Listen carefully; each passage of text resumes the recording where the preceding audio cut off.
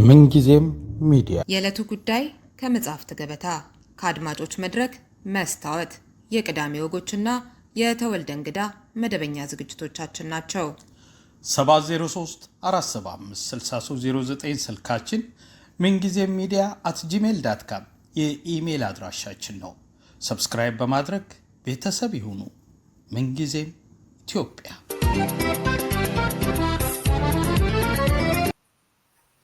ሰላም ጤና ይስጥልኝ። ከመጽሐፍት ገበታ የተሰኘው ዝግጅታችን ጀምሯል። በዛሬው የመጽሐፍት ገበታችን ጣይቱ በዚያች ሰዓትና አጫጭር ልቦለዶች ስነ ግጥሞችን ጨምሮ የመወያያ መጽሐፋችን ሲሆን ጸሐፊው ጋዜጠኛና ደራሲ ኢሳያስ ልሳኑ እንግዳይ ነው። ፕሮግራሙን አዘጋጅቼ የማቀርብላችሁ ሪዮት አለሙ ነኝ። እንድትከታተሉ እንጋብዛለሁ። ኢሳያስ ግብዣዬን ተቀብለ ስለተገኘ በጣም አመሰግናለሁ። እኔም ስለተጋበዝኩኝ እድሜ ይስጥልኝ ሪዮት። እንኳን አደረሳችሁ። እንኳን አብሮ አደረሰን። እንግዲህ ዛሬ የምንነጋገርበት መጽሐፍህ ምረቃን በተመለከተ የዛሬ 3 ዓመት ገደማ መረጃ ስትሰጥ ከዚህ መጽሐፍ በፊት ስላሳተምካቸው የተናገርክበት ቪዲዮ አለና እሱን ለአድማጮቻችን ጋብዤ መጥቼ የማስከትለው ጥያቄ ይኖራል። ይህን ስጽፍ ከቀንም ቀን በጣም ወጣት ነኝ። ኢትዮጵያ ውስጥ ነው። በራዲዮና በጋዜጣ ጽፋቸው ከነበረው ወደ መጽሐፍ መድብል ለመምጣት የነበረ ስለነበረ ትልቅ ጸጋ ነበር። የመጀመሪያው ምዕራፍ ተከፈተ የሚባለው በዚህ መጽሐፌ ነው። ከዛ በኋላ ከሀገር ወጣሁ። ከሀገር ከወጣሁ በኋላ በጣም ትኩስ ነበርኩ እና የሀገሪቱንም ቶፒክ የነበረው ወይም ዋናው ጭብጥ የነበረው የጦርነት የሰላም ምናምን ጥያቄ ነበር። በዛ ነገር የተጻፈ የኢልብ ወለድ ጽሁፍ ነው። ከዚህ በኋላ ደግሞ ወደ ጥሞና ገባሁ። የግጥም አምሮቴን የምወጣበትን ይሄ ደግሞ የመጀመሪያ የስነ ግጥም ስብስብ ነው። ስነ ግጥም ነው። ይሄም እዚሁ ሀገር የተጻፈ ነው። ከዚህ በኋላ የቀጠለው ጥሞናዬንም ትንሽ በርታ አድርጌ በግጥሙ ሰፋ አድርጌ ፍልስፍናዬን ይዤበት የወጣሁበት ቀናው በጨረቃ የሚባለው ማህተሜ ነው። ከዚህ በኋላ እንግዲህ የግጥሙ ነገር በጣም እየሰከነና እየጣፈጠ የመጣበት ሁኔታ ነው የተከሰተው። ኋላ ከዚሁ የለጠቀው የውቤው ልሳን ወጎች የሚል ነው። በስላቅ መልክ፣ በሽሙጥ መልክ፣ በማህበራዊ ሂስ መልክ የቀረቡ ሀቲቶች የተካተቱበት ነው። ከዛ የቀጠለው እንግዲህ ወደ ሁለተኛው ቀናው በጨረቃ ቁጥር 2 እና የሰንበት ወግ ባንድ ላይ 2 መጽሐፍቶች ባንድ ላይ ተጠረዙበት ነው። እዚህም ደግሞ ወጎቹም ትንሽ እንግዲህ ወይን እንኳን ሲቆይ ጣዕሙ እየጣፈጠ እያማረበት ይመጣል እንደሚባለው አንዳንድ ወጎችም እየቆዩ ሲሄዱ ከጸሐፊው ህይወት ልምድ ጋር ተመሳክረው ጣፋጭ ወግ ይሆናሉ፣ ጥልቅም ይሆናሉ። በዛ ረገድ የተጻፉ ናቸው። ከዚህ በኋላ ቀዳሚ ቃል ነው። ቀዳሚ ቃል ደግሞ በጣም በብዙዎች ዘንድ የሚወደድ የመንፈስን አይን የሚከፍቱ የነፍስን አንደበት የሚገልጹ የሚባሉ በጣም ከሞራላችን ከስነ ማህበራዊ አኗኗራችን የፈለቁ ወጎችን ግዛቶችን ያካተተ ስራ ያለበት ነው። ከዛ የቀጠለው የአባቴ ታሪክ የተመረኮዘ አባቶችን የሚያሳየው የዋንቃ ጉዞ የሚል ነው። አባቴ ከተወለደበት ስፍራ አንስቶ እስከ እድገቱ መጨረሻ ድረስ እስከ ህልፈተ ህይወቱ ድረስ የነበረውን ጉዞ የሚያሳይ ነው። ያንን ጉዞ በተመለከተ የተሰነዱ ናቸው። በቃለ ምልልስ መልክ በተጻፉትንም በማጠናቀር የተሰራ ስራ ነው። ከዚሁ ጋራ ይሄም በዚህ በኮቪዱ ጊዜ ወጣ ነው። ከ30 በ3 የሚል ነው። ይሄ ደግሞ ከ30 ዓመት ስደት ኑሮ በኋላ ወደ ኢትዮጵያ ተመልሼ ለ3 ሳምንታት ቆይቼ ስመለስ ያየሁትን የተመለከትኩትን የተሰማኝን የገለጽኩበት ነው። 30 በ3 ይላል። የስደተኛው ተጓዥ ማስታወሻ ነው። ይሄ ደግሞ ራሱን የቻለ ብዙ ነገር የሚያስዳስስ አንዳንዴም እየጣፈጠ የተለያዩ ነገሮችን ለውይይት የሚጋብዝ ነው። አሁን አዲስ መልክ ማስመርቀው የመጀመሪያ የአጫጭር ልቦለዶች ስብስብ ነበር። ያሁን ደግሞ ወደ አጫጭር ልቦለዶች ተመልሼ አጫጭር ልቦለዶች አንድ ላይ የተጣመሩበት ትንሽ ግጥሞችም ከበስተጀርባ የተታከሉበት ስራ ነው። ጣይቱ በዚያች ሰዓት በሚል ርዕስ ነው። ይህንን ይመስላል እንግዲህ። በዛውም ምናልባት የማያውቁም አድማጮቻችን ካሉ ምን መጽሐፍትን ጽፏል ኢሳያስ የሚለውን ለማሳየት ጭምር ነው ያመጣሁት እና ከባልደረባ ቅድስት አቤኔዘር የፌስቡክ ገጽ ነው ያገኘሁት። አመሰግናታለሁ በዚህ አጋጣሚ። እንደው ኢሳያስ እነዚህን ሁሉ መጽሐፍት ስትጽፍ እንደዚሁም ደግሞ በርካታ አርቲክሎችን በየጊዜው ትጽፋለህ እና ምንድን ነው ከስነ ጽሁፍ ጋር ያለው የነፍስ ቁርኝት የሚለውን ነገር ትንሽ እንድትልበት ስለምፈልግ ነው። በተለይ ደግሞ ዛሬ የምንነጋገርበት መጽሐፍ ላይ መግቢያው ላይ የምትለው አለ። ጸጋ መርገሜን ጽፌ እንድገላገለው መተንፈሻ ለሰጠኝ አምላክ ምስጋና ይግባው ብለህ ነው እና የምትጀምረው። እንግዲህ ስነ ጽሁፍ ለአንተ ሁለቱንም ከሆነ ጸጋ መርገብም ሁለት ተቃራኒዎች እንዴት አንድ ላይ ተገኙ የሚለውንም እስኪ ያወራን። ያው እንግዲህ ጸጋና መርገሜ ብዬ ስናገር ስነ ጽሁፍ ከልጅነቴ ጀምሮ የተለከፍኩበት አውድ ነው። ትልቁ ጥበቤ ነው። እግዚአብሔር የሰጠኝ መተንፈሻዬ መሳሪያዬ ነው እና ገና በልጅነቴ እንደው ገና የሁለተኛ ክፍል ተማሪ እያለሁ አስተማሪ የህይወት ታሪካቸውን ሲጻፉ ብለው መቼም የሁለተኛ ክፍል ተማሪ የህይወት ታሪክ የለውም ጻፉ ብለን ጻፍንና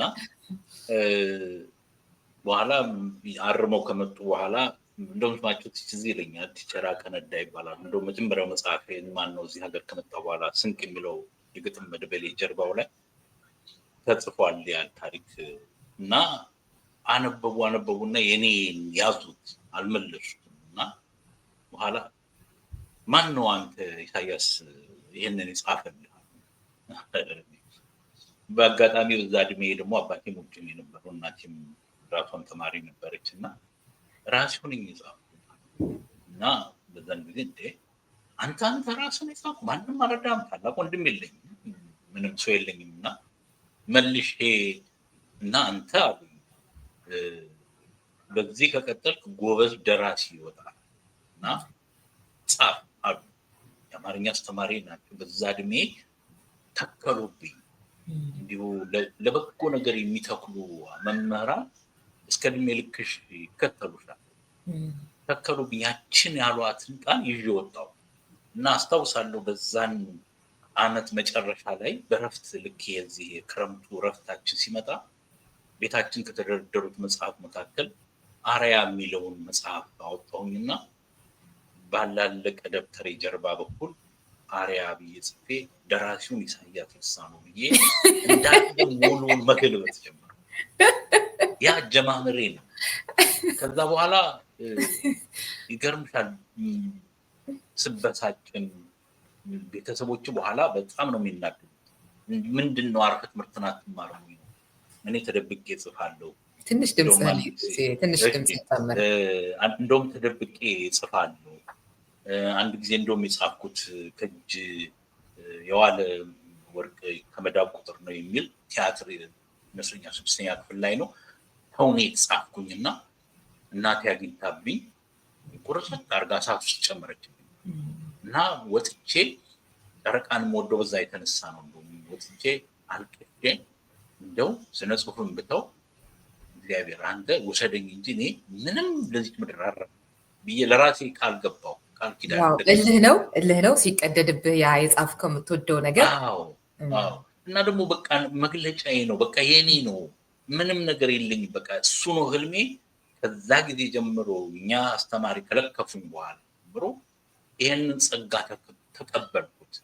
በኢትዮጵያ የትምህርት ስርዓትና በአስተዳደጋችን የወደፊቱን ይሄንን እንሆናለን እንዲሆናለሁ የሚል ምኞትና ተስፋ ለማግኘት የሚያስችል የትምህርት ስርዓት የለም እና የኔ እንደድል ሆኖ አንድ አስተማሪ የቆሰቆሱት እሳት ለካ በውስጥ የነበረውን ተሰጥኦና እግዚአብሔር የሚሰጠኝን ስጦታ እንድጠቀምበት የሚያስችል መንገድ ምን የከፈተልኝ እና በዛ የተነሳ እንደ ጸጋ ያዋል። መርገምት የምንለው እርግማን ነው ደግሞ አንዳንድ የምንለው ጽፈን የሚያነብልን ስናጣ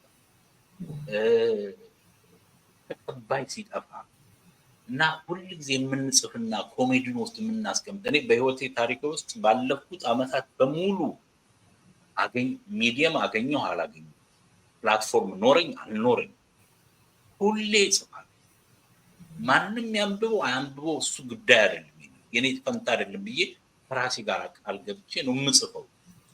ትምህርት ቤት እያለሁ ጽፋለሁ። እዚህ ሀገር ሁሉ ቦታ በሄድኩበት ሁሌ ጽሁፍ አላጣም። ምንም የጽሁፍ ችግር የለብኝም ማለት ያለኝን ደቂቃ በሙሉ ለጽሁፍ ሳውለው ደስ ብሎኝ ነው የማወራው።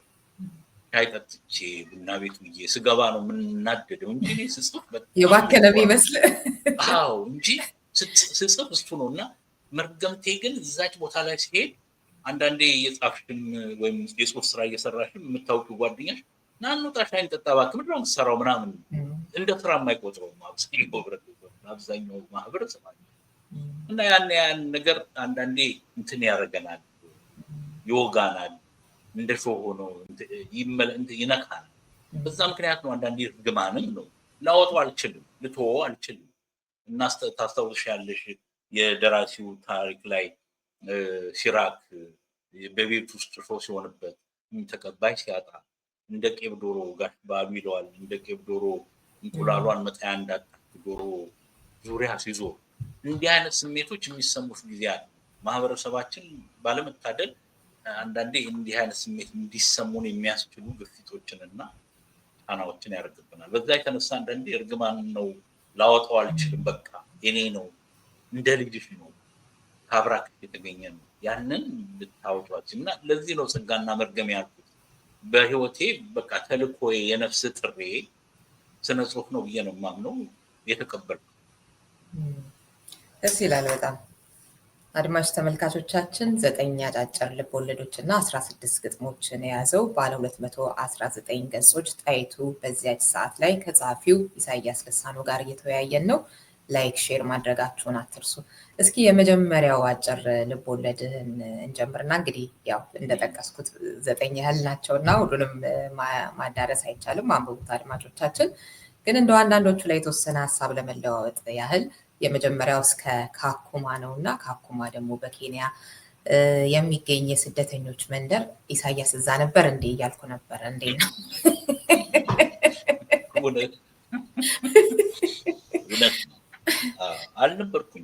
አልነበርኩም። ወንድሜ ነበረ፣ ታናሽ ወንድሜ አሁን ካናዳ እዛ ነበር የነበረው። ግን አብዛኛውን የስደተኛውን ህይወትና ገጽታ እከታተላለሁ። አንዳንዴ በጽሁፍ ዓለም ያለን ሰዎች እዛ ህይወት ውስጥ መኖር የለብንም። ህይወቱን የተከታተለውን ጫማ ውስጥ ራሳችን አስገብተን ለማየትም የሚያስችል ልዩ ክህሎት አብሮን ያለን ይመስለኛል። በዛ የተነሳ የዛ የስደተኛው ህይወት ከሰማኋቸው መራር የሆኑ ጉዞዎች ጋራ ተዳምረው እነሱን ነው ለማሳየት የሞከርኩት። ይልቁንም ደግሞ በካኩማ ላይ እንደተመለከትሽው የደመላሽ ህይወት ሁል ጊዜ ከራሱ ጋር የሚነጋገር ሰው፣ ራሱን የሚጠይቅ ሰው፣ ስለ ህይወትም ስለ ፈተናም የሚወቃቀስ ከፈጣሪው ጋር የሚነጋገር የሚሟገት ሰው፣ ሁሉ ነገር ጥያቄ የሚያደርግ ሰው እና ለዛ ጥያቄ ደግሞ የራሱ የሆነ ፍልስፍና ለመፈላሰፍ የሚሞክር ሰው። ሁል ጊዜ መቼም ችግር የፍልስፍና መሰረት ናት ይባላል አይደለም? እናት ናት ይባላል። እና በዛ ችግር ውስጥ ሲሆኑ ሰዎች አስተሳሰባችን፣ አመለካከታችን ሁሉ ይሳላል፣ ይሞረዳል።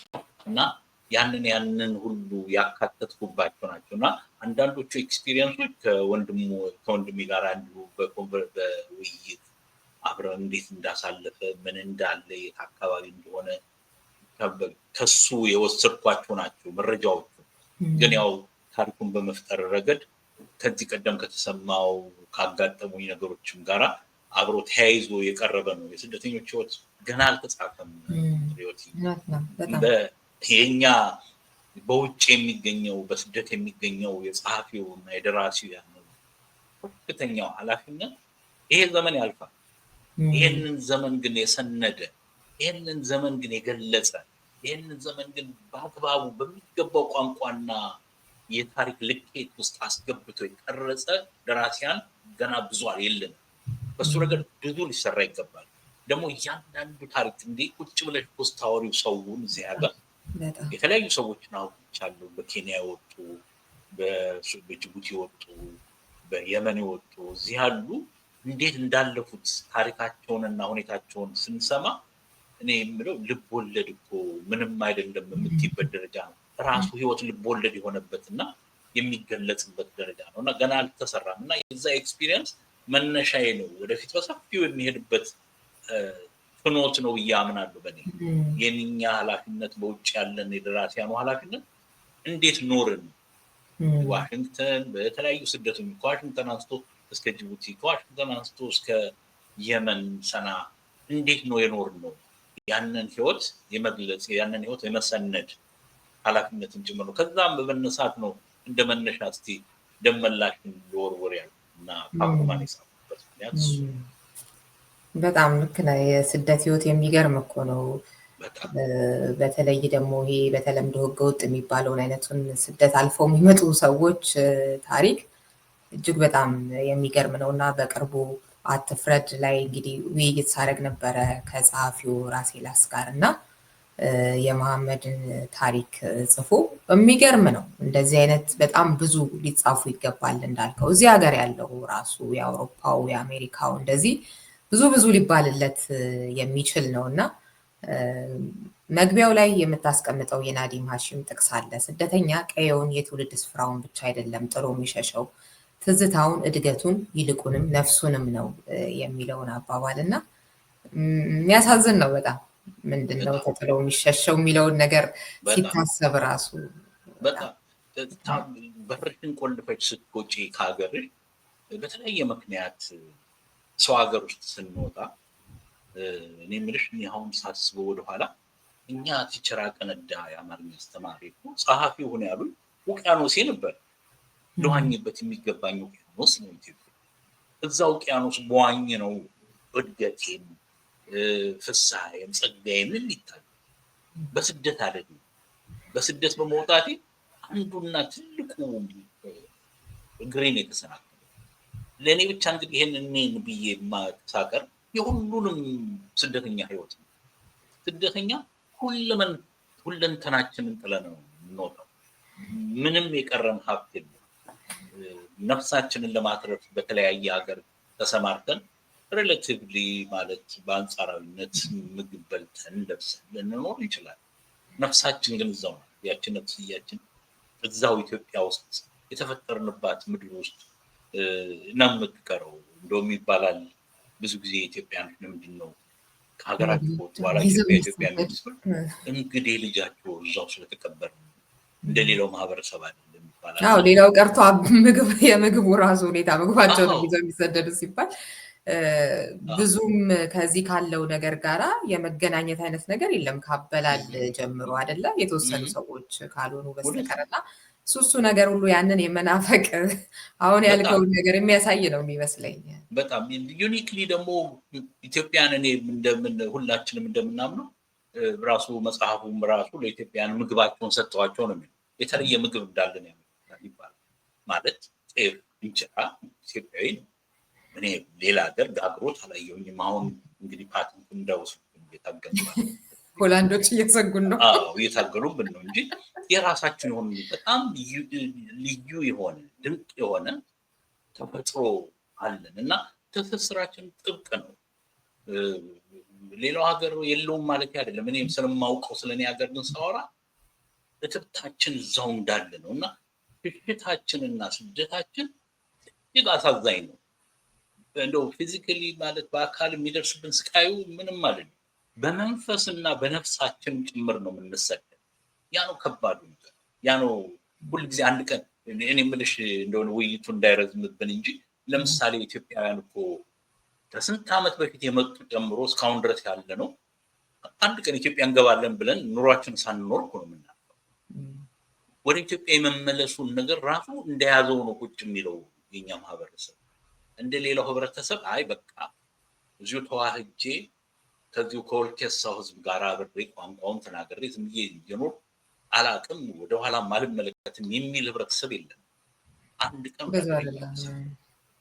ሀገር ይገባለሁ ብሎ 40 ዓመት 50 ዓመት ቤት ሳይሰራ ሀብት ሳያፈራ ኢትዮጵያ ላሉ ዘመዶቹ እየላከ የሚኖር ዲያስፖራ ስደተኞች ነው።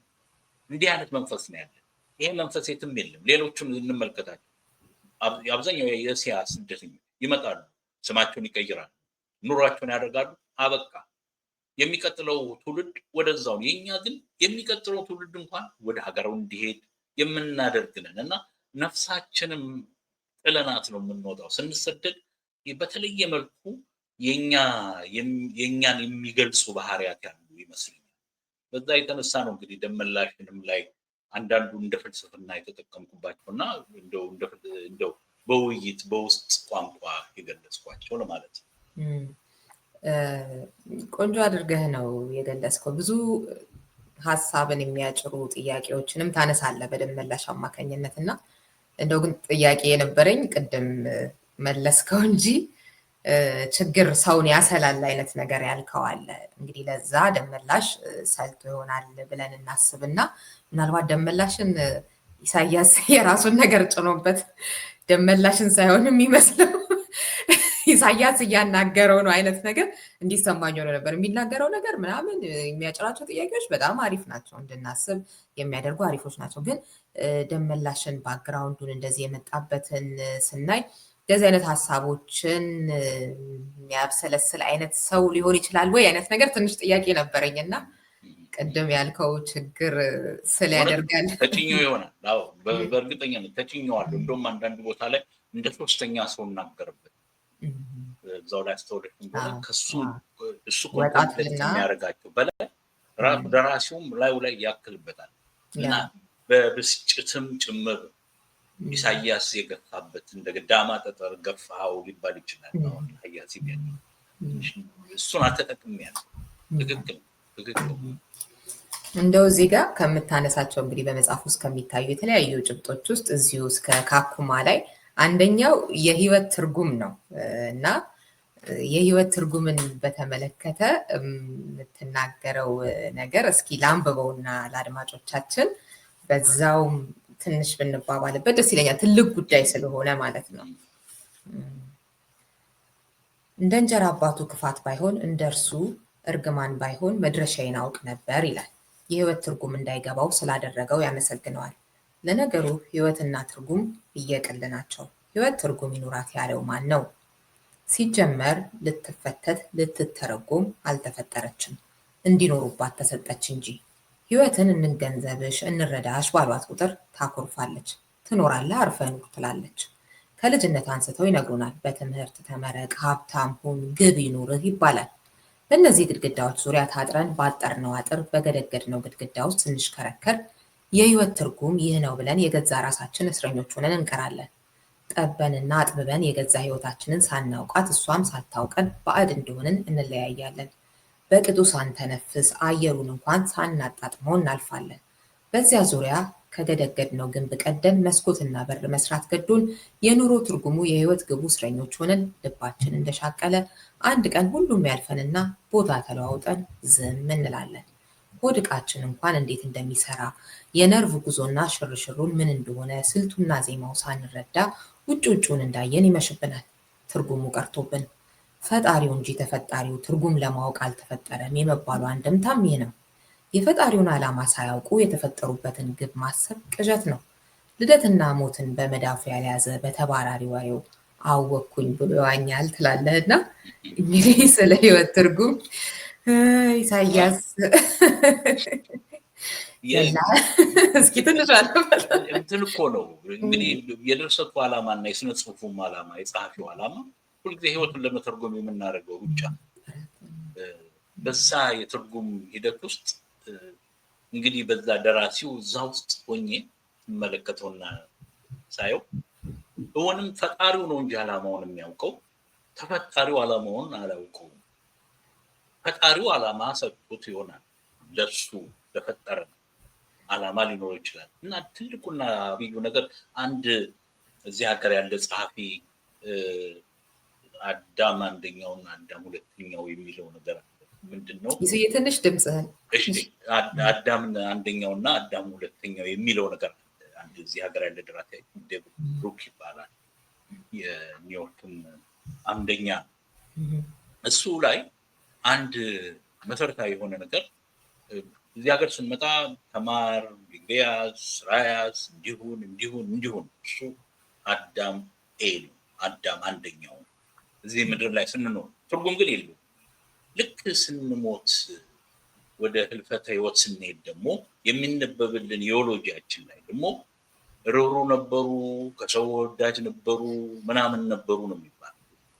ያኛው ሬዚዩሜ ወይም ደግሞ ለዛኛው የሚቀርበው ዝርዝር ሳንሰራው ነው የምናየው።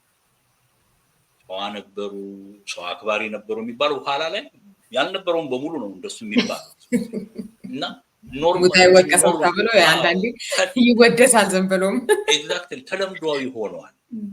የሰው ልጅ በህይወቱ ላይ እያለ ጥሩ የሚያረጉትን መልካም የሚሆንበትን ርህራሄ የሚፈጥርበትን የዚህን መጨረሻ ላይ ሰው ግባተ መሬቱ ከገባ በኋላ የሚነገሩለትን ሳያደርጋቸው ሳያተኩርባቸው ነው የሚያልፈው። የህይወት ትርጉሙም የሚኖረው ምናልባት እሱ ላይ ነበር እና በዚህ የህይወት ትርጉም ማጣት ውስጥ ነን ያለነው ሰዎች። ሁሉ ጊዜ ፈተናችን ምንድነው ትርጉሙ? ኦኬ አንዳንድ ፈላስፎች ወይም ደግሞ በሰሎች የህይወት ትርጉሙ ራሱን ማራባት ነው ይላሉ እና ይዘጉልናል። ባጭሩ ፊዚካሊ በቃ ተራብቶ መሄድ ነው። ምንድነው ተልኳቸው? ምንድነው እዚህ ምድር ላይ የመጣውበት ዓላማዬ ምንድነው? በቃ ይሄ ነው መኖር፣ በላው ጠጣው ምናምን እነዚህ ሳይክሎችን ወይም ሁደቶችን ብቻ መከተል ነው። ትርጉሙ ምንድነው? ይሄን ቆቅልሽ ነው ሁሉ ጊዜ በደራሲያን ውስጥ በድርሰቶቻቸው ውስጥ በሚፈጥሯቸው ገጸ ባህሪያት ውስጥ ሊፈቱት የሚፈልጉት ቋጠሮ እንቆቅልሹ እሱ ነው። ያንን እንቆቅልሽ በመፍታቱ ሂደት ውስጥ ነው መቼም ቅድም እንዳልኩት አንድ ሰው ነፍስ ውጪ ነፍስ ግቢ በሚባልበት ሰዓት እስቲ በመጨረሻ ኑዛዜ ምንድነው ሲባል አይ ዲግሪ ሳላገኘው ማለፌ ነው አይልም። ፍቅር ሳልሰጥ ቀርቶ ከሆነ ሩሩ ሳይሆን ይቅርታ ሳያረግ ቀርቶ ከሆነ ያ ነው ጭንቅላቱ ላይ የሚመጣው። ስለዚህ የሰው ልጅ በህይወቱ ፍቺ ፍላጎት ውስጥ እነዚህ ነገሮችን ሳያረጋቸው በመቅረቱ የተነሳ ምናልባት የፈጣሪው ዓላማ የነበረው እሱን የፈጠረው ዓላማ የነበረው ትርጉሙ የነበረው እሱ ላይ ነበር እና እንደ ደራሲ እዛ ላይ በራሴ ውስጥ የነበረኝን ፈተናና ህይወት ላይ ያለኝን የትርጉም ውጥንቅጥ ነበር የሚያሳይ። አሁን ላንተ ህይወት ትርጉሙ ምንድነው ብባል ትርጉም የለኝም። አንድ ቀን ሌላ ነገር ልናገር ይችላል። የሚቀጥለው ውስብስብ ያለና እርስ በርሱ የተቆላለፈ በመሆኑ የተነሳ ይሄ ነው ብሎ አንድ ዘለላ ለማውጣት ወይም አንድ ሰበብ ለማውጣት አስቸጋሪ ነው። ይሄንን ለማድረግ በሚደረግ ጥረት ውስጥ ጉዞ ውስጥ ነው እንግዲህ ፍቹን እየፈለግን ያለን የሚመስል እና ከዛ የተነሳ አገላለጽ ነው ትግሌም ነው እኔ ውስጥ ብቻ ሳይሆን ብዙ ደራሲያን ሁሉም ደራሲያን ውስጥ ያለ ፈተና ጭምር ይመስላል። ትልቅ ርዕሰ ጉዳይ ነው አይደለ? እዛ ውስጥ የኢሱ ሀሳብ ምን ይመስላል የሚለውን ነበረ ለማወቅ የፈለኩት። አሁንም የጠየኩ እዚህ ውስጥ የሚያገኘሁት እና በቃ ምንም ሲጀመር እኮ የላትም አይነት ነገር እያልክ ይመስላል። አሁን ከጻፍከውም ከንግግርህም እንደገና ፍለጋ ላይ መሆንን ያሳያል። በሌላ በኩል ደግሞ ፈጣሪው እርሱ ካላትም ይወቀው እንጂ ተፈጣሪው እንዴት ብሎ አይነቱን ነገር ስታነሳ፣ ስለዚህ ካላት ከፈጣሪዋ ጋር መገናኘት እሱ ነው ማለት ነው የሚያስገኘው የህይወትን ትርጉም። ከፈጣሪ ጋር ተገናኘው የሚል ሰው በሆነ መንገድ ትርጉሟን ሊያገኝ ይችላል ብለን ልናስብ እንችላለን ወይ የሚለውንም እሱንም ትንሽ እንድትልበት እፈልጋለሁኝ። በሌላ በኩል ደግሞ የተለያዩ አይነት እንግዲህ እይታዎች አሉ አይደለ? እና ይሄ ኤግዚስቴንሻሊስት ከሚባሉት ጋር ይቀራረባል ያሳታይ እያልኩኝም ነበር። እስኪ ትንሽ እኔ የሚገርምሽ ነገር ነው። አንዱና ትልቁ ነገር በእንደዚህ አይነት የፍልስፍና ሂደት ውስጥ አንዱ ቦታ ተከርክሜ አንዱ እንደው መቀመጥ አልፈልግም። ያን ነፃነቱን እፈልገዋለሁ። ከሁሉም የፍልስፍና አመለካከቶች ውስጥ የተለያዩት ነገሮች የሚያሟሉልኝ በጊዜውና በወቅቱ እኔ በደረስኩበት የእውቀት የእድሜ ደረጃ የሚያሟሉልኝን እየተቀበልኩ ብሄድ ነው የምመርጠው። ፈጣሪ የፈጠረን አንዱ ህይወትን እንድንመለከትበት ቀደም ሲል አንቺ እንደውም ሞር ትንሽ ወሰድ አድርገሽልኝ ከፈጣሪ ጋር የተገናኘ ትርጉሙን ያውቃል ወደሚለው እንድንሄድ ለመሄድ የሚያስችል መንገድም ነው የሰጠሽኝ። የኔ ፈተና ምንድነው? ምናልባት በዚህ መጽሐፍ ውስጥ ሌሎቹን ታሪኮች ስናይ ደግሞ ሌላ የህይወት አንጓና ገጽና ስለዚህ የትኛው ነው ትርጉሙ? የቱ ጋር ነው እኔ መተርጎም ያለው? አንተ ጋር ያለው የሚለው ነው እየፈተሽክ ያለው ተኔው። እሱ ነው ከባዱ ነገር። እኔም አላወኩትም እንኳን ላንቺ ተነግሮ እኔም አላወኩትም። ኢሳያስ የቱ ነው ሲባል እንደሚባለው ጥያቄ እኮ ነው። የትኛው ኢሳያስ? ከዛሬ 10 ዓመት በፊት የነበረው ነው ኢሳያስ? ዛሬ ያለው ኢሳያስ ነው ወይስ የሚመጣው ኢሳያስ ነው? ኢሳያስ ማን ነው? እንዲህ አይነቶች ጥያቄዎች በሰው ውስጥ ሁሉ ጊዜ የራሳቸው የሆኑ እንቆቅልሾች አሏቸው እና ያንን እንቆቅልሽ ለማሳየት ነው እኔ ፍቼዋለሁ ማለት አይደለም። ልክ እንደማንም ሰው እኔም እንደሌላው ምርመራ ነው፣ ፍተሻ ነው፣ ፍለጋ ነው። በቃ ጥሩ አባባል ነው። እንደውም አሁን ያልከውን የሚያሳይ ሌላም ቦታ ያለሁኝ። ለዛም ነው የጠየኩ። ግጥምህ ላይ ደግሞ እኔ ማን ነኝ የሚል ግጥም አለ። ኤግዛክትሊ በጣም እዛ ላይ ትንሽ አመሰግናለሁ። እንዲህ ማቆራኘትሽ በጣም እውነት ነው። አሁን ራሱ የምንበላቸው ምግቦች ምናምን አሁን አንዳንድ ጊዜ ሁሉ ነገር በቀላሉ የምናያቸው ነገሮች አሉ። ውስጣችን የገቡና እኔን የሆኑ ነገሮች አሉ። ያየኋቸው ኤክስፒሪየንስ ያደረኳቸው በተመክሮ ያየኋቸው እኔ ውስጥ ያሉ የተቀየሩ ነገሮች አሉ። ስለዚህ እነሱ እኔ ውስጥ ገብተው ሲቀየሩ እኔን ሆነዋል ማለት ነው። እናንብብላቸው ለአድማጮቻችን። እኔ አንተ እስክታዘጋጅ ድረስ እኔ አነባለሁኝ። ከግማሹ ጀምሮ ደግሞ አንተ ተቀጥለዋለህ ማለት ነው። እኔ ማን ነኝ? ከጀንበር ምጥ ጨረቃዋን ከስጋ ማህፀን ነፍስን መቁጠር፣ ከአይሆንም መሆንን ሰርቶ ካለመኖር መኖር መፍጠር፣ ከመፍላት ስር መበስበሱን ከመንቃት ፊት አንቀላፍቶ፣ በቅድስናው ስር መሰይጠኑን በምርቃት እርግማኑ ተንጎላጅቶ፣ ቁሞ መራመዱ ሲሰለጥን ከጩኸቱ ጸጥታውን እያማጠ፣ ከነበር ፊት አለ ብሎ ከእርጋታው ስር እየናጠ፣ አለው የለው ተቀይጦ ኖረ አልኖረ ትርጉም አጥቶ፣ እኔ ይለው ሰገነቱ እኔ ይለው ውሉ ጠፍቶ፣ ደምግባቱ ሲያባብለው የራስ ፍቅሩ ልቡን ሲሰውረው፣ እኮ እሱ እኔ የሚለው የትኛው ነው? ስጋ ገላው ካፈር ትቢያው ተለውሶ እፍ ያለበት፣ እህል ምግቡ ገብቶ ነዋሪ ስልቻ የሆነበት፣ የጆንያ ሰው ገላ መሸከሚያ የተባለው እኮ በሉ ተናገሩ እሱ እኔ ነው? እኔ ማነኝ ብሎ በእንቆቅልሽ ቢወጣጠር፣ ልቡን ቢያዛብረው መልስ ቢሻ ቢነጋገር፣ ዝልኪ ምርኪ የታጨቀው ከእውቀት ጋር ተመሳስሎ፣ ጥበብ አዝሎ ከማወቁ ካለማወቅ ተዋውሎ፣ እኔ ማለት ተወናብዶ እኔን ብሎ አሰብኩ ያለው ህሳቤውን ምናብ ብሎ የተቀኘው፣ እውን ያሱ እኔ ብሎ የሚጠራው መልሱ ይሆን መገበሪያው እኔ ነኝ የሚባለው? እኔ ማነኝ የፈተናው ውጣ ውረድ የሚስጥሩ መጠየቂያው፣ የእንግልቱ መገለጫ የህላዌ መጠበሻ ምድጃ ነው። እኔ ማነኝ ብሎ ቢጠይቅስ መልስ የት አለው? የሚነድ ውሃ ካልተገኘ የሚፈስ እሳት እስካላየ፣ ገላምሮን አውቆ ይዞ እኔን ከኔ እስካለየ፣ እኔ ማነኝ ቢጠይቀው ቢመሰጥር ቢፈትተው፣ በግርግርታ እንደዋለ እንዳይፈታ እንዳያውቀው። እኔ ማነኝ ይላል ፍጡር ከጣት ጥፍሩ ከራስ ፀጉሩ አይቆጠር፣ እጁን ይዞ እኔ አይለው እግሩን ትቶ፣ ፊቱን አይቶ ልቡን ነክቶ፣ እኔ አይለው ቀልቡን አስወጥቶ፣ ከዚህች ዓለም ከፍጥረቱ ለቅሞ ጭኖ የያዘውን ምግብ ብሎ ያስገባውን ሐሳብ ይዞ ያኖረውን እኔ ሊለው እየዳዳው ስም አድርጎ ሊሰይመው። እኔ ማለት ግን ልፋቱ ነው። እንደለፋ እንደዛበረ መልስ ሽቶ ጠነዘለ ሐሳብ አመንትሎ፣ እኔ ማነኝ አለ አሳር ፍዳይ መኖሪያው ሰው የመባል ምልክቱ፣ ከሳደ ልቦናው የሚጸናው የሚሰማው ልብ ምቱ። እኔ ማነኝ ጥያቄ ነው ሰው መሰረቱ፣ ሳይመልሰው እንዳሰበ ሳያገኘው እንደሮጠ፣ ሳይጨብጠው እንደጓጓ ሳይገላገል እንዳማተ፣ በልፈት ሰፌድ ተበጥሮ በሞታ አክሊል ተበለጠ። እኔ ማነኝ የፈተናው ውጣ ውረድ የሚስጥሩ መጠየቂያው፣ የእንግልቱ መገለጫ ህላዌ መጠበሻ ምድጃ ነው። እኔ ማነኝ ብሎ ቢጠይቅስ መልስ የት አለው ይላል። እስከ መጨረሻው ነው። በጣም ደስ ይላል። በጣም ደስ ይላል። ቴንክ ዩ። ይሄው ነው። ይሄ በቃ ሳይናውቀው ሁላችንም እንደጠየቅነው የምናልፈው፣ አንዱ የጠየቀውንና ሊመልስ የሞከረውን አንብበን ደግሞ የኛን ጨምረን ደግሞ እናልፋለን እና ሂደቱ ነው። ደስ ይላል በጣም። ስለዚህ ጣይቱ በዚያች ሰዓትን ስታነቡ እንዲህ አይነት ጭብጦችን ታገኛላችሁ የሚለውን እንደው ጠቆም ለማድረግ ያህል ነው እንጂ በጣም ብዙ የሚያስብል ነው መጽሐፉ። እንደው ወደ ሌላ ጉዳይ እስከ ካኩማ ጀምሬ እንግዲህ ወደ እኔ ማነኝ ሄድኩ ወጣ ገባ እያልኩኝ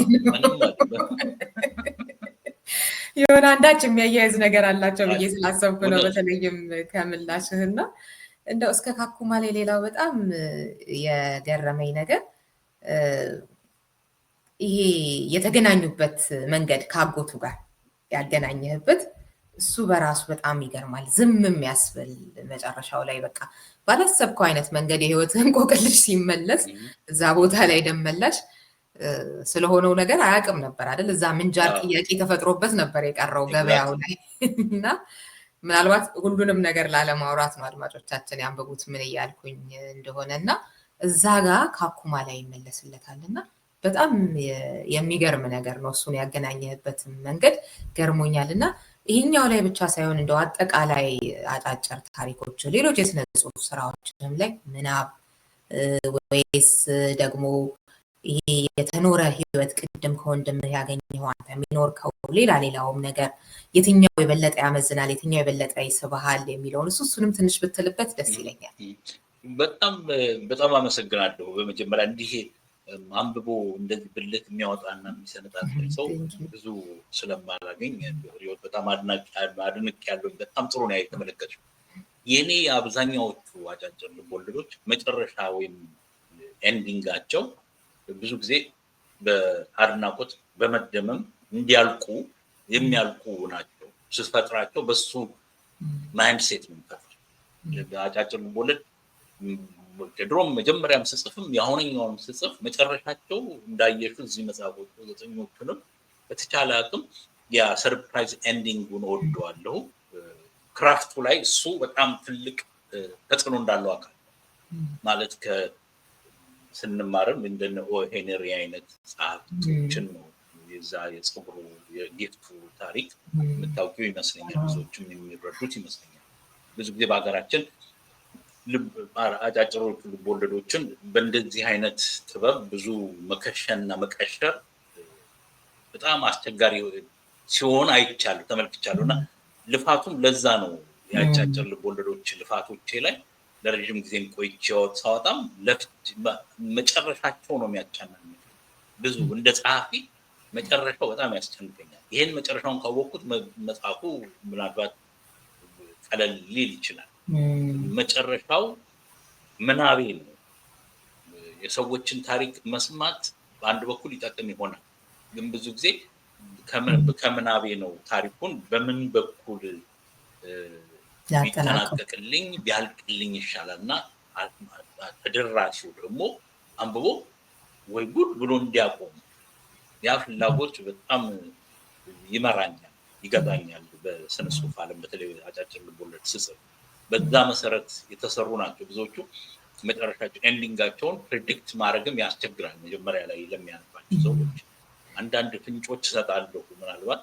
በተረፈ ግን እስከ መጨረሻው ድረስ መጨረሻው በዚህ አይነት ሁኔታ እንዲጠናቀቅ ነው።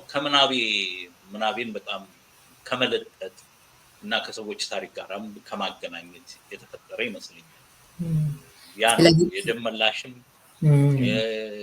የሌሎቹም እዛ ውስጥ ያሉት ታሪኮች አብዛኛዎቹ በዛ ነው። ምን ያህል ጠንካሮች ናቸው እሱ እንግዲህ በሀያሲያንና አንባቢ።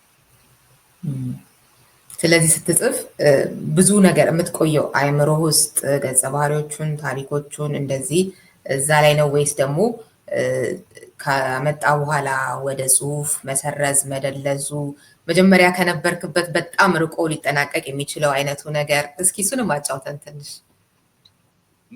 መጀመሪያ ታሪክ ስጽፍ ገጸ ባህሪ ነው ውስጤ የሚጨፍሩ ገጸ ባህሪያቶች ነው እና ያን እነዛን ገጸ ባህሪያት በምን እንደሚተነፍሱብኝና በምን መቼት ውስጥ ሊገቡ እንደሚችሉ እስከማውቅ ድረስ አእምሮዬ ውስጥ በራሱ ይሰራል እና ተሰርተው ግን መጨረሻቸው ይናፍቀኛል እና አንዳንዴ ለምሳሌ የመጀመሪያው እንደው በአጋጣሚ በዚህ ልናገርና የመጀመሪያው ሾርት ስቶሪ የጻፍኩት በ1970ዎች ውስጥ ነው። 75 ዓመተ ምህረት ነው እና ወጣት ልጅ ነኝ እና አንድ የደራሲነቱ ወግ ለማድረስ የሚል ነው።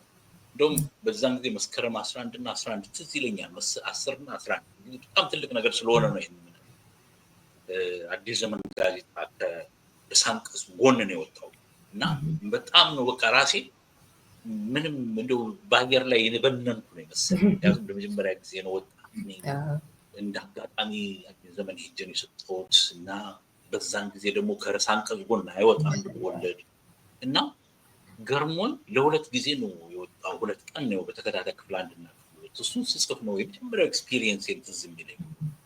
ዝም ብዬ ካራክተሮቹን ጽፋለሁ እና የደራሲነቱ ለማድረስ ካራክተሮቹን ጽፋቸው መጨረሻ ብዬ ያሰብኩትና እንዲሁ ኮንቴምፕሌት ያደረኩት በጭንቅላቴ ሳይሆን ወደ አላሰብኩት አቅጣጫ ሄዱብኝና በመጨረሻው ወደ ሌላ ሄደብኝና አለቀ።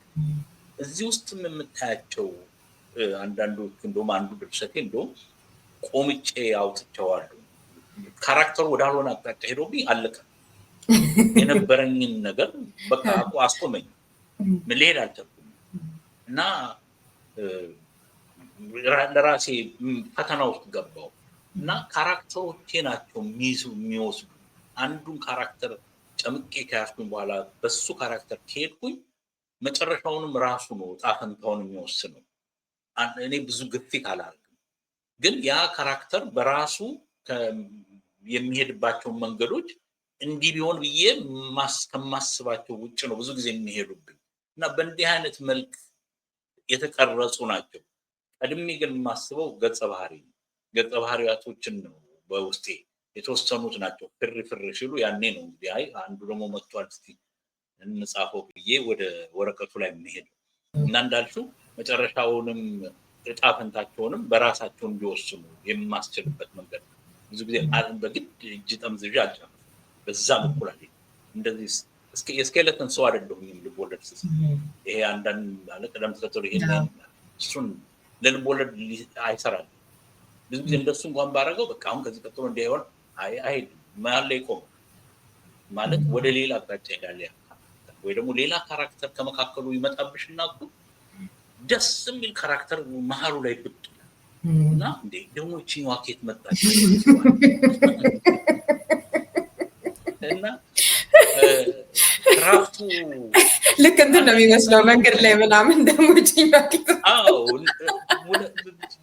የእውነት እኔ የምልሽ እንደ ለምናውቀው ከራፍቱ ውስጥ ስላለሽ ነገሩ በደንብ ለሚገባው ሰው ስትጽፊው የምትጽፊውን ነገር የተወሰነ ነገር ነው የምታውቂው። ለምሳሌ ሌላውን ትተሹ ሀቲት እንኳን ስንጽፍ አንድ ርዕሰ ጉዳይ ይዤ እጽፋለሁ። ያ ቀልድ ያ አባባል ያ ምናምን እንዴት እንደሚመጣ አንዳንዴ በራሳችን ማነው እግዚአብሔር ራሱ የሰጠን ስጦታ አንዱ በጆሮአችን ሹክ የሚል ሰው ያለ እስኪመስልሽ ድረስ ራሴ ጽፌ ይህን እንዴት አሰብኩት የምልባቸው እኮ አሉ እና ይሄም አንዳንዱ ምናባችን በተለየ መንገድ የሚሰራቸው እኔ በተለይ የማየው እግዚአብሔር የሰጠን ስጦታ ነው ብዬ ነው የማስበው። በቃ አንዳንድም ይሄንን እንድንጠቀምበትና ለምድር ስጦታ እንድናውለው የተደረገልኝ ነው የሚመስለኝ እና ካራክተሮችን ለጥያቄሽ መልስ ወደ ሌላና ወደዚህ ነው። አሪፍ ነው። በጣም አሪፍ ነገር ነው። በዛ መልክ ነው የሚመጡት እንጂ እንደው አንዳንዴ ነው ፈጥሬያቸው ነው መጨረሻቸው እንዲሆን ፈልጌ ነው ምናምን ብዬ ብል የተገበዝኩ ነው የሚመስለኝ። ራሳቸው ህይወታቸው አንድ የሆነ ነገር አለ ያንን የሚመራኝ ጽፈው አሁን የካኩማንም የምናምንም በጣም ትንንሽ ነገሮች ናቸው ጭንቅላቴ ውስጥ የነበሩ ጽፈው ነው ያደገው። የጣይቱ በዚያች ሰዓት የለየት ያለ ሂስቶሪካል ስለሆነ ታሪካዊ ከታሪክ ውስጥ ዝም ብዬ እያነበብኩት ድንገት መሀል ላይ እንደዚህ አይነት ሰራተኛ ቢኖራቸው ምናምን በሚል ነው ታሪኩን ለራሴ ምናቤ ውስጥ የፈጠርኩት። በዛ መልክ ነው የምመለከተው ለማለት ነው። እንደው ጣይቱ በዚያች ሰዓት የሚለውን ርዕስም የሆነውን ስታነሳ የበለጠ ካጫጭር ልቡ እንግዲህ ከልጆች መሀል ምረት ምናምን ይከብዳል። በእርግጥ ግን እሱ የበለጠ አስበልጠኸው ነው ወይስ የሆነ የተለየ ምክንያት ይኖርሃል? ሌላ ምክንያት ጣይቱን ያደረክበት የሚለውን እሱንም ብትነግረን ደስ ይለኛል።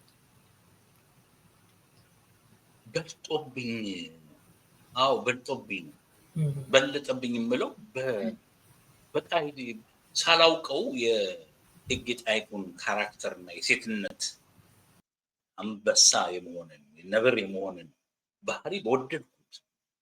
ያ እሳቸው የሚያሳዩት ፐርሶኒፋይ የሚያደርጉት ካራክተር ኢትዮጵያውያን ሴቶች ላይ የማየው ባህሪ ስለሆነ ታዩኝ እና ጣይቱ በዚያች ሰዓት ወድጀው ነው። በዛ ላይ ደግሞ ሌሎች በዛ ጊዜ በዛ ታሪክ ውስጥ ሌሎች ሴቶች ሊኖሩ እንደሚችሉ ታየ። እሳቸውን የሚወዱ የእሳቸው አገልጋይ ሆነው እኮ የእሳቸውን ነብር መሆን አገር መውደድ ይሄ ነጩ አይግባብን ዛንቲግራፍና ዶክተሩም ይሄ ነጭ ነገር አይግባብን ሲሉ ደስ የሚላቸው እኮ እንስቶች ሴቶች ይኖራሉ እዛ ውስጥ። እነሱ ሁሉ ታዩኝ። ደግሞ ይሄ በዛን ጊዜ የነበረው የመሀል ሰፋሪው ግርግሩ አዲስ አበባ ውስጥ የነበረው በፊት በር በኩል በዛ በኩል ታሪክ ውስጥ ታነቢው የሚሰማሽ ስሜት አለ አይደለም?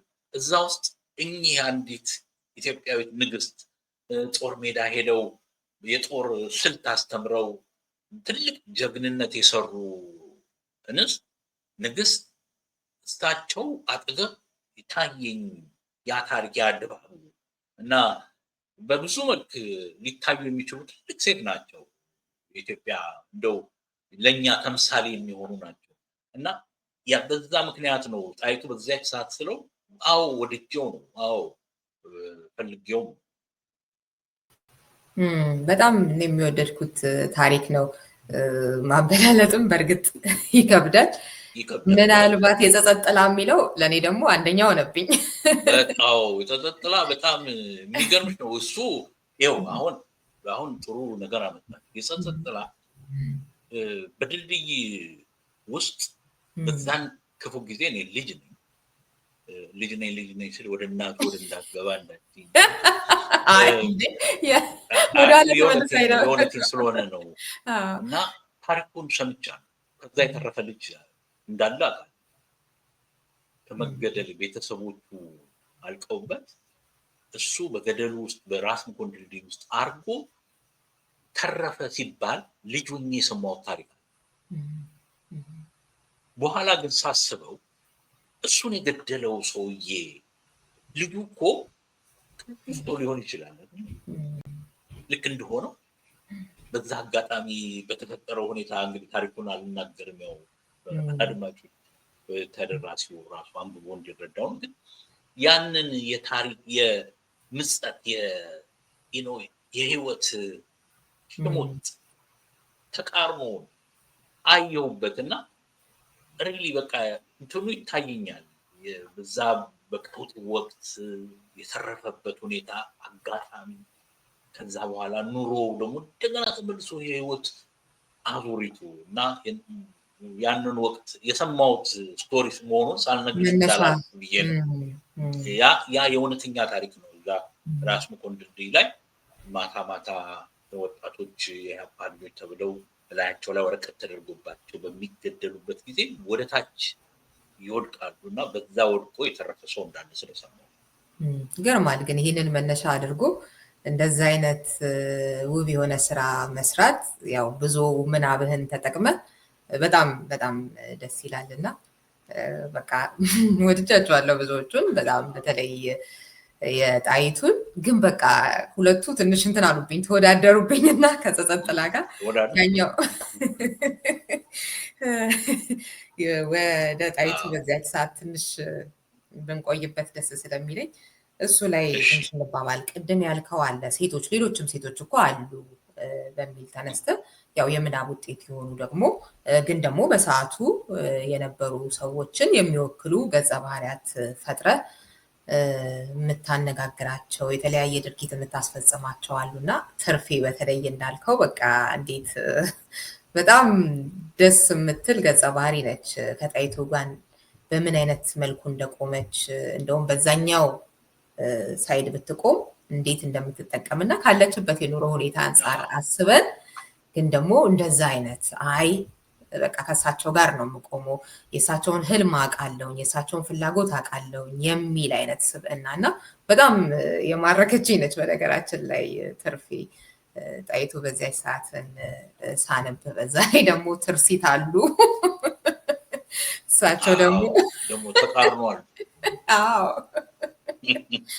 በተለይ የሆነች ያቺ በቃ የመጨረሻዋ ሰዓት ነች ብለው ሲያስቡ በቃ የእሳቸው ወገኖች የሚሏቸው ወይም የእሳቸው ቡድኖች በቃ ሊቆጣጠሩት እንደሆነ ምናምን የጣይቱ መጨረሻ እንደሆነ ሲያስቡ ያላቸው በቃ አይናቸው ምናቸው ድምጻቸው ምናምን ሁሉ ነገራቸው የሚስቀውና የሚናገሩበት መንገድ ምናምን በቃ እያየሁት ነበረ እና ልክ የሆነ ቲያትር ተሰርቶ እያየሁት ነበረ የሚመስለው እና የሆነ ቢመደረክ ራሱ በጣም አሪፍ እኮ ነው እያልኩ ያለንበት ሁኔታ አይመችም እንጂ እሱን እያሰብኩ ነበረ። የጣይቱ ላይ እዛ ላይ እኔ ደግሞ አንዱ በጣም ትልቅ ነገር የሆነው እንግዲህ ቢትወደድ ተሰማ መጨረሻ ላይ የሚናገሩት የስ እሱ ነው ዋናውም ነገር ዋናው ነጥብ የስ ዋናው ፖይንት የሚመስለኝ የእሳቸው እንትናቸው አርቆ አስተዋይነታቸው እና የለም በእኔ ምክንያትና ደም አይፈስም የውጩ ይበቃናል በእርስ በርሳችንማ ይደረግም በጣምበትና ያንን ስሜት እኔ ራሴ ልክ መጨረሻ ላይ እሷ ሳግ ይዟት እያለቀሰች ስትከተላቸው እኔ ለተወሰነ ደቂቃ ጽሁፉን ከጨረስኩኝ በኋላ በጣም ሴንቲመንታል ሰው ነኝ። እንዲያን ነገር ላይ እምባዬ የሚመጣ አብሬ አለቅሳለሁ እና ማለት በቃ ይሄ ነው ቅድም ሪዮት እያነሳችው የህይወት ትርጉም የሚባለው ይሄ ነው። እንግዲህ በሳቸው አውድ ውስጥ ገብተን በዛ ታሪክ ስንመለከተው የት የነበሩ ንግስት እንደገና መጨረሻ ላይ ሴራ ተሲሮ ከዛ ቦታ ሲያስለቅቋቸው ምስሏቸው ያለውን ሁኔታ እሳቸውም እንደሚሉት ነበር እንዲቀርብ ኖሯል እንዳሉት አይነት ይሄ ነው የህይወት ትርጉሙና የህይወት ጉዞ እንግዲህ መሰላሉ ይሄ ነበር እና መጨረሻ ላይ ለኢትዮጵያ ማድማ አስተማርክባት የማይሆን ነገር ተከልክባት ብለው ሲናገሩ እስካሁን ድረስ የዘለቀውን የአድመኝነት ስሜት ጭምር ነው የሚያሳየው። እውነት ነው። በጣም ላንብበው እስኪ። ተሰማ አሉ በድንገት እቴጌ ጮክ ብለው። ተሰማ እኔን እጎዳለሁ ብለህ ለህዝቡ አድማ አስተማርከው። በኢትዮጵያ እሾህ ተከልክባት።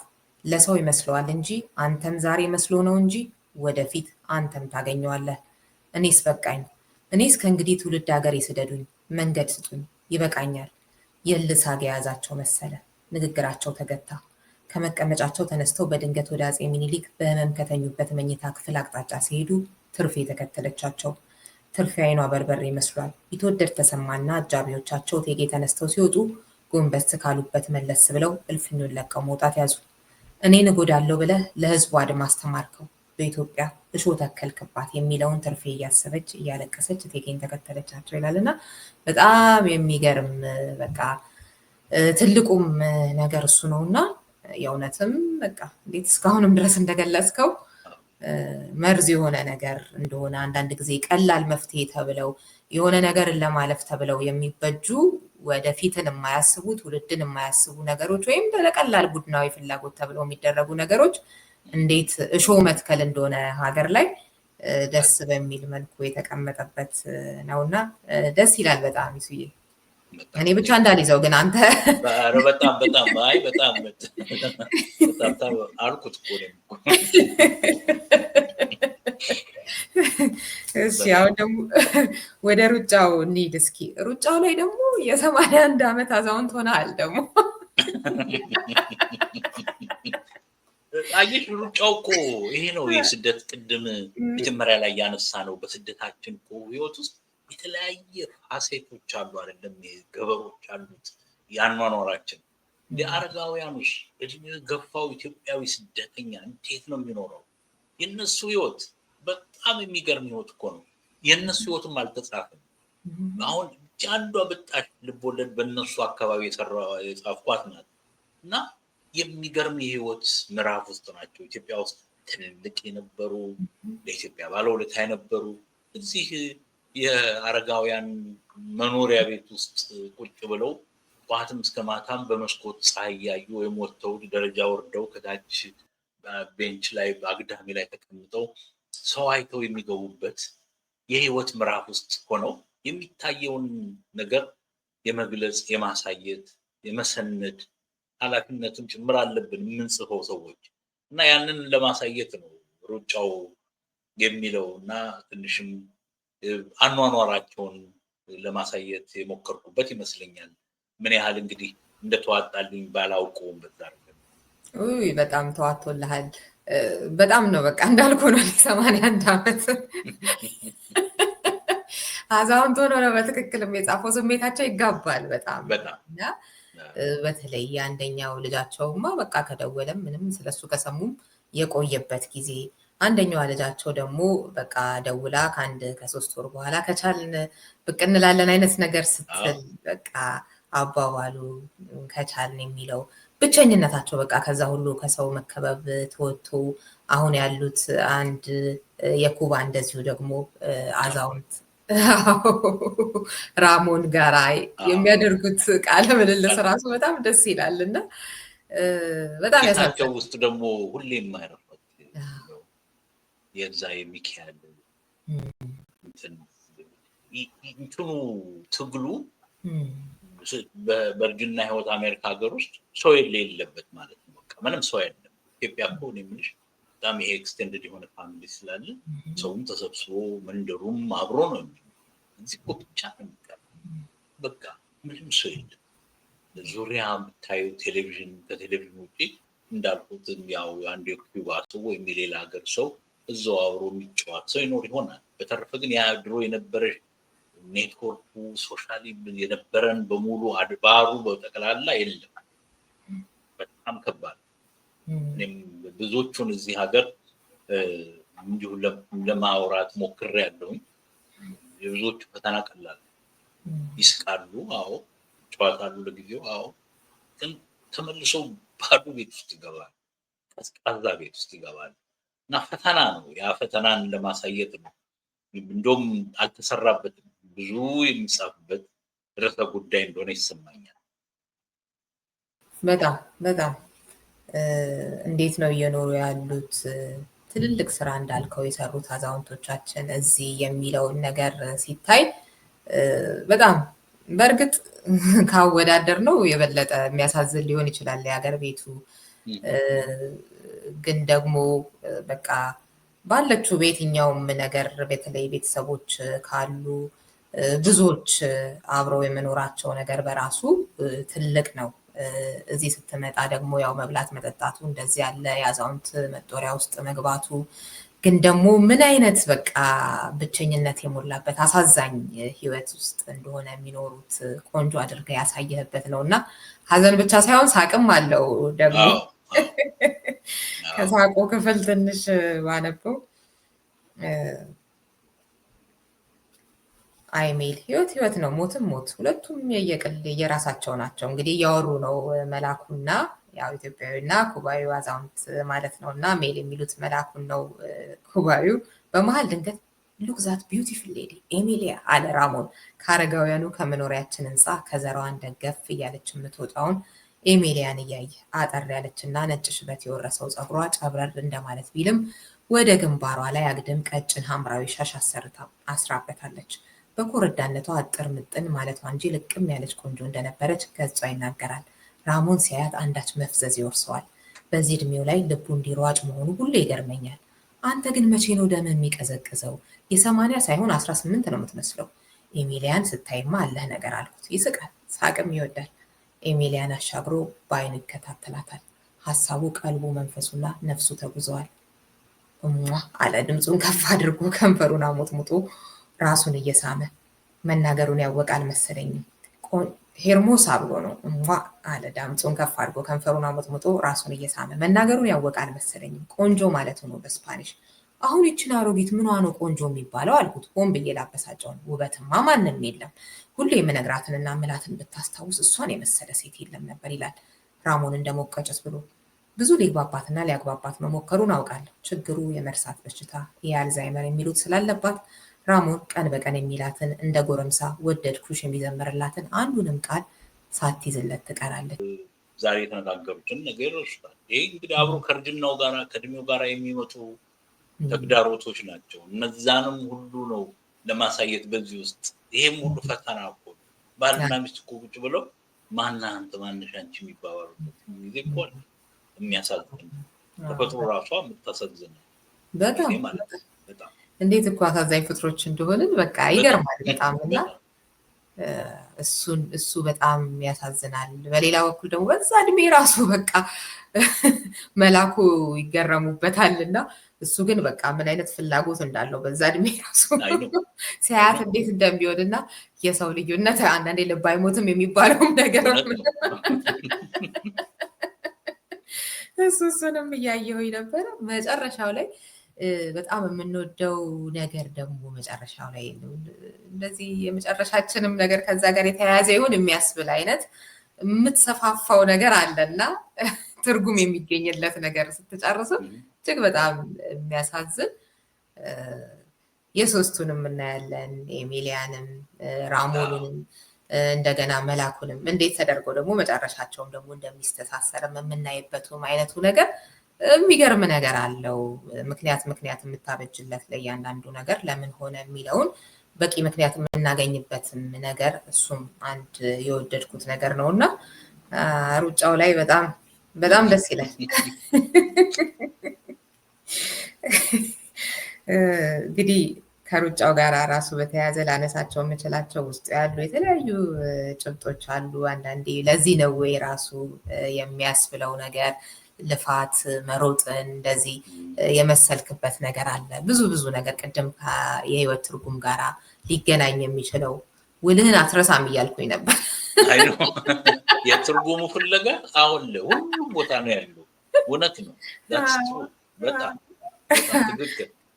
እየገረመኝ ነበረ በጣም። እዚህ ጋር እንግዲህ ገታ እናድርገውና ክፍል 1ን ክፍል 2 ደግሞ እንመለስበታለን። እንግዲህ አድማጭ ተመልካቾቻችን ክፍል 1 ላይ ካደረግነው ቆይታ ተነስታችሁ ጥያቄዎች፣ አስተያየቶች ካላችሁ ልታደርሱን ትችላላችሁ በ703-475-6309 እንደዚሁም ደግሞ በምንጊዜ ሚዲያ@gmail.com ለኢሳያስ ይዤለት ጥያቄዎቹን አስተያየቶቹን የምመለስ ይሆናል። ኢሳያስ እንግዲህ ክፍል 2 አስቸግርሃለሁ አላልቅም። በጣም ደስ ብሎኝ ሮዮትዬ ምንም ደስታውን አልችለውም። በጣም የሚወዱትን ነገር ምንድነው የደገሰችውን ሲበሉላት የወደደችውን ሲስሙላት ነው የሚባለው እና የምወደውን ነገር የሚወድ ሰውና የሚያወራ ሰው ስታገኝማ ነው የሚባለው። በተፈጥሮ ነው የሚጮኸው። እንደውም ቴሌቪዥን ሆኖብኝ ነው እንጂ እየጮሁ ነበር እና በጣም ነው የማመሰግነው። ችግር የለም። ኤኒ ታይም ክፍል 2 ሌሎችንም እንወያያለን። ሌላም ጥያቄ አድማጮች ካላቸው በደስታ እስከዛ ግን የት ይገኛል የሚለው መጽሐፉን እንንገራቸው። ሌሎች መጽሐፍቶቹ በሙሉ አሁን ቅድም ያሳየኋቸው አብዛኛዎቹ መጽሐፍቶች 6 የሚሆኑ amazon.com ላይ ይገኛሉ። አማዞን ላይ ይገኛሉ። ከአማዞን ማዘዝ ይቻላል። ከዛ በተጨማሪም በሪዮት በኩል በእነሱ በኩል በስልክ ይሄን ያህል እንፈልጋለን ቢባል ለመላክ ዝግጁ ነን። በእኛ በኩል ግን በአማዞን ላይ ኢሳያስ ልሳኑ በዛብህ ብላችሁ ወይ ሰርች ብታረጉት ታገኙታላችሁ። ሊንኩንም ልንሰጥ እንችላለን። እዚህ ገበያ ውስጥ ማስቀመጡ አስቸጋሪ ሆኖብኝ ነው። ምክንያቱም ገበያ ተቀምጦ የትም አንድም ያወጣነውን ወጪ እንኳን ለመመለስ የማንችልበት ሁኔታ ስላለ በቀጥታ ከራሱ ከአማዞን የሚገዛ ይሻላል በሚል ነው። አማዞን ስለሆነ የታተመው ራሱ አማዞን የሚሸጠውና ከአማዞን ግን አስመጥተን ማከፋፈል እንችላለን። ስም ዝርዝር ከመጣልን እንፈልጋለን የሚል ከመጣ በቀጥታ እናደርሳለን። ደስታውን አንችለውም። በተረፈ ግን እስከ ጊዜው amazon.com ላይ ይገኛል። እንትኑን ቁጥሩንም ካስፈለገ ሊንኩም ካስፈለገ በዚሁ በምንጊዜ ሚዲያ በኩል ለማስተላለፍ ዝግጁ ነው። እሺ አዘጋጅተነው የሚቀጥለው ሳምንት ደግሞ እሱንም መረጃዎች የምንሰጣቸው ይሆናል። ለአሁን ለመለያያ የፊታችን አርብ ያለውን ፕሮግራም እናስተዋውቅና እንለያያለን። በጥበብ እንኑር ወርሃዊ የስነ ግጥምና የወግ ገበታ ዲኤምቪ አካባቢ ለሚኖሩ ቢሳተፉ ቆንጆ ነው። በጣም ደስ የሚል ነውና በኢሳያስ ልሳኑና በቅድስት አቤኔዘር የሚዘጋጅ ነው። ቆንጆ ጊዜ ነው የምታሳልፉበት። ኑ ማለት ትፈልጋለሁኝ። እሱ ደግሞ አንተ ጥቂት በልበት። በጣም አመሰግናለሁ እድሉንም ስላገኘን። አዎ በጥበብንኑ ወራዊ የስነ ግጥምና ያወግ ገበታ አለን። በአሁኑ በመጪው ኦክቶበር 3 ላይ ነው የምናከናውነው። ብዙ ጊዜ በወሩ መጨረሻ ላይ ነው። በአሁኑ ግን መስቀል በመሆኑ የተነሳ ለአንድ ሳምንት በማራዘማችን ነው ኦክቶበር 3 ላይ የሆነው። ቤተል ካፌ ቨርጂኒያ ውስጥ ነው የሚገኘው። 3045 ኮሎምቢያ ፓይክ ላይ ነው፣ አርሊንግተን ቨርጂኒያ ነው የሚገኘው። እዛ ተገናኝተን እንደ ልብ ግጥም የምናነብበት፣ የምንጫወትበት፣ ቤተሰባዊ ስሜቶችና መንፈሶችን የምንፈጥርበት፣ ተራርቀን ላለነው የምንቀራረብበት የስነ ጽሁፍ ወግ የምናይበት ቦታ ነው እና የምትችሉ ሰዓቱን አክብራችሁ 6:30 ፒኤም ላይ ነው የምንጀምረው። ለ2 ሰዓት ነው የምንቆየው። ከዛ በላይ አንቆይም፣ አናስገድዳችሁም። ለእናንተም ተዝናንታችሁ ጥያቄም ቢኖራችሁ ያላችሁንም ግጥም አድናቂም ከሆናችሁ መታችሁ ተሳታፊ እንድትሆኑ ግብዣችን ነው። በተረፈ እንደምንገናኝ የበለጠ እንደምናወጋ በወዳጅነት እንደምንሰነብት ባለሙሉ ተስፋ ነኝ። እግዚአብሔር ይስጥልኝ ሪዮት። እሺ እኔም በጣም ነው የማመሰግነው። የሚቀጥለው ሳምንት ደግሞ እንገናኛለን። ለዛሬ በጣም አመሰግናለሁ ኢሳያስ። እድሜ ይስጥልኝ። እግዚአብሔር ይስጥልኝ። እሺ አድማጭ ተመልካቾቻችን ከጋዜጠኛና ደራሲ ኢሳያስ ልሳኑ ጋር የነበረኝ ቆይታ ይሄንን ይመስላል። መጨረሻ እንግዲህ ያለፈው ሳምንት ዶክተር ኃይሉ አርአያ 3 መጽሐፍትን ለህትመት ማብቃታቸውን ሀገር ቤት የት መጽሐፍቶቹ እንደሚገኙ ገልጬላችሁ ነበር። እዚህስ የሚል ጥያቄ አቅርባችሁ ነበር እና ጠይቄ መልሱን ይዤ እመጣለሁ ብያችሁ ነበር። ጠይቄያለሁ። በውጭ ሀገራት ያሉ አንባቢዎች መጽሐፎቹን የሚያገኙበትን መንገድ ለማመቻቸት እየሰራን ነው፣ እናሳውቃችኋለን የሚል ምላሽ አግኝቻለሁ። ሲያሳውቁኝ የምነግራችሁ ይሆናል ማለት ነው። እስከዛው ድረስ ሀገር ቤት በጃፈር የተለያዩ መደብሮች በኢትዮጵያ ሀሁ ሜክሲኮ፣ ጦቢያ፣ ካሳንችስ፣ አብዱ ለም ሆቴል እና አበራ 4 ኪሎን ጨምሮ የተለያዩ መደብሮች ታገኛላችሁ። ያላችሁበት ድረስ ደግሞ እንዲመጣ ለምትፈልጉ 0913 21 30 29 በመደወል መግዛት ትችላላችሁ ማለት ነው። የሚቀጥለው ሳምንት ክፍል 2 ከኢሳያስ ጋር የምናደርገው ቆይታ ይቀጥላል ማለት ነው። ለዛሬው አብራችሁን ስለነበራችሁ ስለተከታተላችሁ እናመሰግናለን። ሰላም ሁኑ። ምንጊዜም ሚዲያ የዕለቱ ጉዳይ ከመጽሐፍት ገበታ፣ ከአድማጮች መድረክ መስታወት፣ የቅዳሜ ወጎችና የተወልደ እንግዳ መደበኛ ዝግጅቶቻችን ናቸው። 703 475 6309 ስልካችን፣ ምንጊዜም ሚዲያ @gmail.com የኢሜል አድራሻችን ነው። ሰብስክራይብ በማድረግ ቤተሰብ ይሁኑ። ምንጊዜም ኢትዮጵያ።